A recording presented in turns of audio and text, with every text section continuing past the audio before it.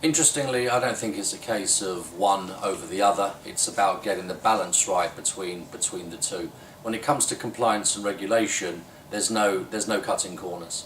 When it comes to innovation, risk and compliance are simply must-dos. But I think that there's only so much cost-cutting or austerity measures that you can take. You have to innovate yourself through a recession or a potential recession, because once it gets to a certain point, there are no costs left to cut.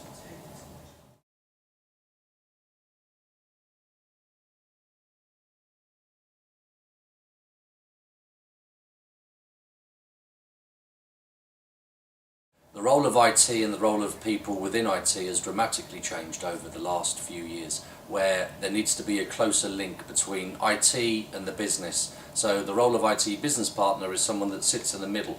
Not only are they technically competent, but they're also commercially competent.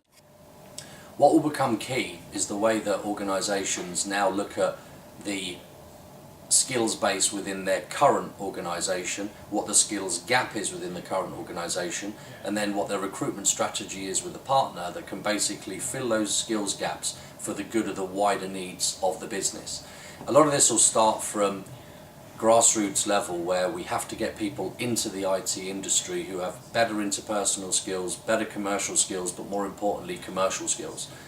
This will start with a complete revamp of the ICT criteria within schools and colleges right now, but employers also need to be aware that they play a fundamental part in being able to mould these entrants so that they actually fit these new roles, which are in some way far removed from the traditional IT role.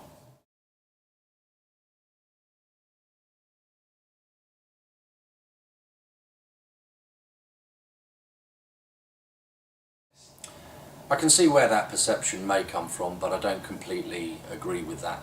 I think what it alludes to is that in the US, for example, there are flatter organisational structures, and that in itself lends to more ownership and potential for innovation. Whereas in the UK, we do have taller management structures, and we can be seen to be more traditional. In my view, the UK is market leader in many things. For example, development, implementation, we are definitely second to none. Having a Silicon Valley kind of hub in the UK, I think we've already got pockets of excellence, but can they all be classified or chunked into or lumped into one Silicon Valley-esque entity? No.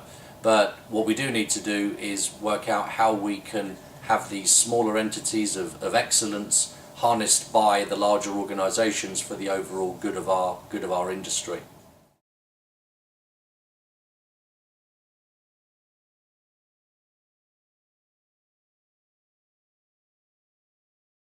I think we have to make this attractive to school leavers, to graduates that want to get into an industry that at the moment is not portraying itself correctly versus reality. I think that secondly, we need to reach out to the existing workforce that we've already got in the IT industry and work out how we best make use of their skills in an ever-changing technological landscape.